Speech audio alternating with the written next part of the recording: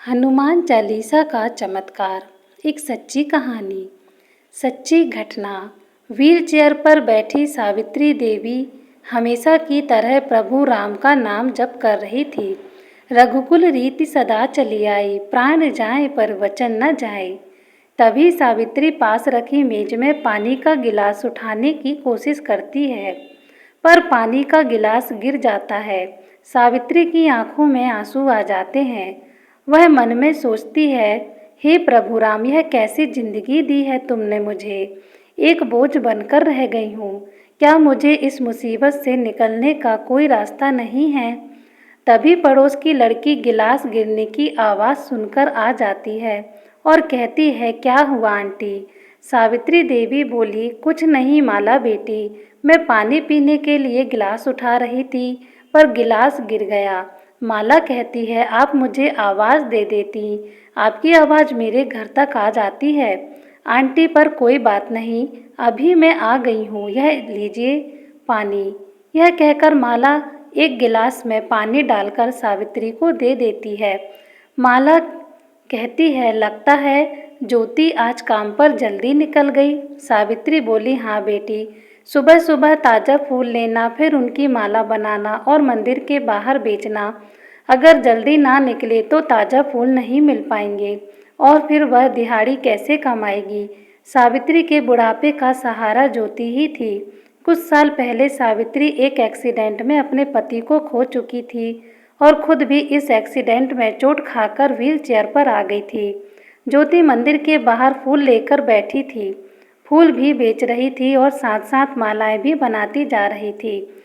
वह मन में सोच रही थी, यह प्रभु, आज तो कुछ खास बिक्री भी नहीं हुई, बस 2-4 मालाएं और बिक जाएं तो आज की दिहाड़ी बन जाएगी। तभी ज्योति के कानों में एक बच्चे की आवाज़ पड़ी, बचाओ बचाओ, अरे कोई बचाओ। आवाज़ मंदिर के पास वाले तालाब से आ रही थी। ज्योति भागकर तालाब के पास पहुंची। उसने देखा कि एक बच्चा तालाब में डूब रहा है। ज्योति ने तालाब में छलांग लगा दी। मंदिर के पास बने उस तालाब में लोग सिक्के फेंककर, हाथ जोड़कर नमन करते हुए दूसरों की देखा देखी उस बच्चे ने भी तालाब में सिक्का फेंका और सिक्का फेंकने में उसका पैर फिसल गया। ज्योति किसी तरह उस बच्चे को बचाकर बाहर ले आई। तभी वहां खड़े लोग ज्योति की प्रशंसा करने लगे। अरे वाह, तुम तो बहुत बहादुर लड़की हो, लगता है तुमने बहुत छोटी उम्र में ही तैराकी सीख ली थी, आज काम आ गई। लेकिन इस बच्चे के माता पिता कहाँ हैं? तभी उस बच्चे के माता पिता वहां पहुंच गए। उस बच्चे की माँ उसे गले लगाते हुए रोने लगी। तभी वहां खड़े हुए एक आदमी ने बताया, अरे बहन जी, आपके बच्चे को इस फूल वाली ने बचाया है। बेचारी की बिक्री पर भी असर पड़ेगा, पर इसने किसी बात की परवाह ना करते हुए आपके बच्चे को बचा लिया। उस बच्चे के पिता ने ज्योति से कहा, तुम्हारा बहुत बहुत धन्यवाद, यह लो, हमारी ओर से कुछ पैसे रख लो, तुम्हारी बिक्री का जो नुकसान हुआ है वह पूरा हो जाएगा। बाकी तुमने हमारे बच्चे की जो जान बचाई, उसका एहसान तो हमारे ऊपर हमेशा रहेगा। ज्योति बोली, नहीं अंकल, मुझे पैसे नहीं चाहिए, यह मेरे छोटे भाई की तरह है। वैसे भी किसी की मदद करने के लिए कभी पैसे नहीं लेने चाहिए, मेरी माँ ने यही सिखाया है। उस बच्चे के पिता यह सुनकर खुश हो गए और बोले, वह तुम्हारे संस्कार बहुत अच्छे हैं बेटी, हम तुम्हारा एहसान कभी नहीं भूलेंगे। ज्योति वापस अपनी फूलों की दुकान पर चली गई और टोकरी में पड़ी अपनी मालाओं को देखते हुए सोचने लगी, यह मालाएं तो अभी तक नहीं बिकी, आज भी दिहाड़ी तो गई। वह ऐसा सोच ही रही थी कि तभी एक छोटी सी किताब उसकी टोकरी में जाकर गिरी। उसे देखकर वह थोड़ा चौंक गई। अरे यह क्या, यह तो हनुमान चालीसा है, पर यह कहाँ से कैसे आ गई? तभी एक बूढ़ा सा व्यक्ति जिसके हाथ में काफ़ी सारी किताबें थीं उसके पास आया और बोला, बेटा, यह किताब मेरी है, मैं हनुमान चालीसा और पूजा की किताबें बेचकर अपना गुजारा चलाता हूँ। ज्योति बाबा को किताब वापस करने लगी। बाबा बोले, नहीं नहीं बेटी, इसे तुम ही रख लो, आज तक ऐसा नहीं हुआ कि मेरे हाथों से कभी कोई किताब गिरी हो।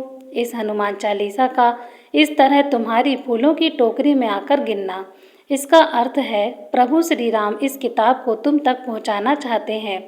ज्योति ने बड़ी हैरानी से कहा, मुझ तक पहुंचाना चाहते हैं? बाबा बोले, हाँ बिटिया, तभी तो यह तुम तक हनुमान चालीसा पहुंची। उन्होंने जीवन दान दिया था। अच्छा एक बात बताओ बिटिया, तुम्हें पढ़ना तो आता है ना? ज्योति बोली, जी बाबा पढ़ना तो आता है। बाबा बोले, बहुत बढ़िया, तो तुम हर शाम को बजरंगबली जी की हनुमान चालीसा का पाठ करो, तुम्हारी सारी मुश्किलें दूर हो जाएंगी। इसके बदले में तुम चाहो तो मुझे कुछ फूल दे दो, मैं प्रभु श्री राम और बजरंगबली के चरणों में प्रणाम करके उनका आशीर्वाद ले लूँगा। बाबा ने ज्योति से फूल लिए और चले गए। ज्योति सोचने लगी, यह तो मैं कर सकती हूँ। हर शाम को घर जाने से पहले मैं मंदिर में बैठकर हनुमान चालीसा का पाठ कर लिया करूँगी। बजरंगबली जी की कृपा से मेरे सभी रास्ते खुल जाएंगे। ज्योति ने जो फैसला किया उस पर अमल भी किया और शाम को घर जाने से पहले मंदिर में बजरंगबली जी की मूर्ति के सामने बैठ गई और हनुमान चालीसा का पाठ किया। ज्योति के घर आकर अपनी माँ को खाना दिया, तभी उसकी नज़र अपनी माँ की फटी साड़ी पर गई, जिसे देखकर उसकी आंखों में आंसू आ गए। सावित्री देवी ने उससे कहा, क्या हुआ बेटी, तू रोती क्यों है? ज्योति बोली, माँ मैं इतनी मेहनत करके भी आपके लिए एक साड़ी तक नहीं ला पा रही हूँ।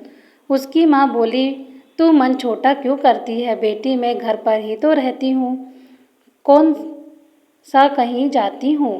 तभी ज्योति को मंदिर की घटना याद आ गई और वह बोली, माँ आज एक बहुत अद्भुत घटना हुई। मेरे फूलों की टोकरी में हनुमान चालीसा आकर गिरी। एक बाबा के कहने पर मैंने आज से हनुमान चालीसा का पाठ शुरू किया है। तुम देखना माँ, 40 दिन पूरे होते ही हमारे भी सुख के दिन शुरू हो जाएंगे। ज्योति ने माँ को खाना खिलाया, दवाई खिलाई और सोने चली गई। अगली शाम को भी ज्योति मंदिर में बजरंगबली जी की मूर्ति के सामने बैठ गई और हनुमान चालीसा का पाठ किया। अगली सुबह जैसे ही ज्योति घर से निकलने को हुई, तभी मकान मालिक आ गया और ताना देते हुए कहने लगा, वाह लोग ठीक ही कहते हैं भाई, पढ़ लिख कर लोग स्मार्ट हो जाते हैं, तुम भी काफ़ी स्मार्ट हो गई हो। ज्योति बोली, शुक्रिया सेठ जी, पर मैंने ऐसा क्या किया? सेठ बोला, अब देखो ना, तुम सुबह सुबह अंधेरे में ही निकल जाती हो, क्योंकि तुम्हें पता है बाद में मैं आकर किराया मांगूंगा, पीछे से अपाहिज माँ होगी तो मैं कुछ कह नहीं सकता। पर देखो आज मैं तुमसे भी ज़्यादा स्मार्ट हो गया और तुम्हें सही समय पर आकर पकड़ लिया। ज्योति बोली, सेठ जी आप तो हमारी हालत जानते हैं, हम अभी किराया देने की हालत में नहीं हैं, हमें थोड़े समय दे दीजिए। बल्कि सुबह मैं इसलिए जल्दी जाती हूँ क्योंकि मुझे फूल खरीदने जाना होता है। सेठ बोला, बेटी तुम भी मेरी हालत अच्छी से जानती हो, मेरे खर्चे का प्रबंध लोगों से मिलने वाले किराए से ही होता है। मेरी हालत पर रहम करो, मेरा यह मकान तुरंत खाली कर दो, मैं किसी और को देकर अपना गुजारा चला लूँगा। ज्योति बोली, पर सेठ जी, ज्योति कुछ बोल पाती उससे पहले ही सेठ बोला, अरे कोई सेठ वेठ नहीं, मुझे आज ही मकान खाली चाहिए, नहीं तो कल तुम मिलो या न मिलो मैं तुम्हारी माँ को घर से बाहर निकाल दूंगा। ज्योति की आंखों से आंसू बहने लगे, पर उसने सामने रास्ता भी क्या था सिवाय यह कि माँ को लेकर कहीं और जाने का। और माँ के कहने पर एक झोपड़ी में ज्योति ने अपनी माँ को लेके गई। अब सारा दिन भाग दौड़ करके कारण वह थकी हुई थी, पर तभी उसे ध्यान आया, अरे शाम हो गई है, मुझे तो मंदिर हनुमान चालीसा का पाठ करने जाना है, कुछ भी हो जाए नियम नहीं टूटना चाहिए। नियम के अनुसार वह मूर्ति के आगे बैठ गई और हनुमान चालीसा का पाठ करने लगी। ज्योति के सामने समस्याएं आती रहीं, तकलीफ आती रहीं, पर उसने नियम नहीं तोड़ा। हर शाम को नियम से वह मंदिर में बजरंगबली जी की मूर्ति के सामने बैठ जाती और पूरे मन से हनुमान चालीसा का पाठ करती। आज 40वां दिन है। ज्योति ने हनुमान चालीसा का पाठ कर बजरंगबली के चरणों में सर झुकाया और प्रार्थना करने लगी, प्रभु मेरी प्रार्थना बहुत छोटी है, बस मेरी माँ को अच्छा कर दो और मेरी पढ़ाई का प्रबंध कर दो, मैं बहुत पढ़ना लिखना चाहती हूँ। प्रार्थना कर ज्योति मंदिर से बाहर निकली और तालाब में सिक्का डालकर आशीर्वाद लेने के लिए हाथ जोड़ वह प्रार्थना करके जैसे ही ज्योति ने आंख खोली तो देखा कि सामने वही बच्चा खड़ा है जिसकी उसने जान बचाई थी। बच्चे के साथ उसके माता पिता भी थे। बच्चा दौड़कर ज्योति से लिपट गया और कहने लगा, दीदी आप कैसी हैं? आप मुझे कभी मिलने भी नहीं आई।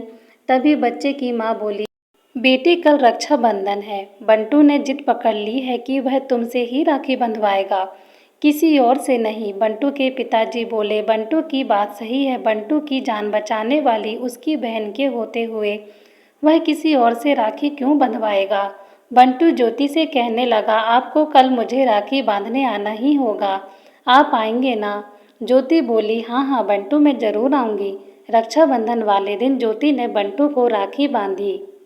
बंटू भी खुश था और बंटू के माता पिता भी। तभी बंटू के पिता ने ज्योति से पूछा, ज्योति बिटिया, तुम स्कूल पढ़ने जाती हो क्या।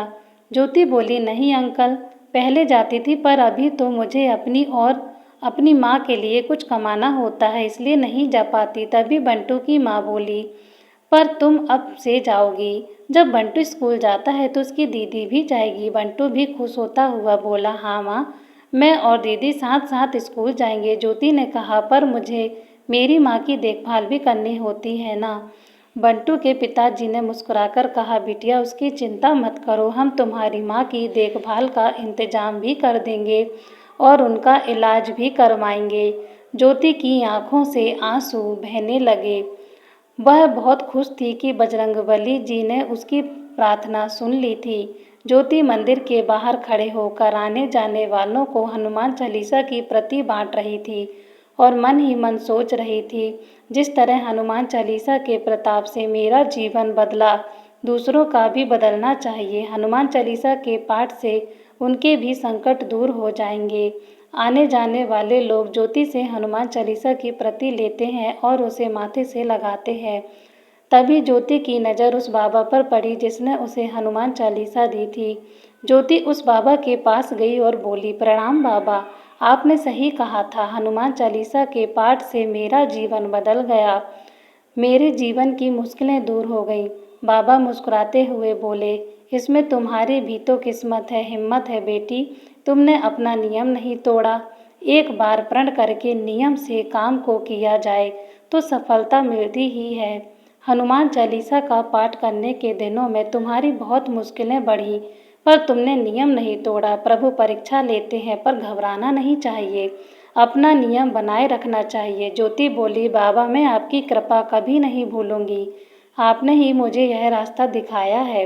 बाबा ज्योति की बात सुनकर मुस्कुराने लगे और देखते देखते एक पेड़ के नीचे अदृश्य हो गए। ज्योति को ना जाने ऐसा क्यों लगा जैसे साक्षात हनुमान जी ही उसके सामने थे और उसकी मदद करके वह आंखों से ओझल हो गए। ज्योति ने हाथ जोड़कर आंखें बंद की, सर झुकाया और बस इतना ही कहा, जय बजरंगबली, जय श्री राम। दोस्तों, आपको यह कहानी पसंद आई हो तो वीडियो को लाइक करें, कमेंट करें और शेयर करना ना भूलें। और मेरे चैनल पर पहली बार आए हैं तो सब्सक्राइब भी ज़रूर करें। जय श्री राम, जय हनुमान।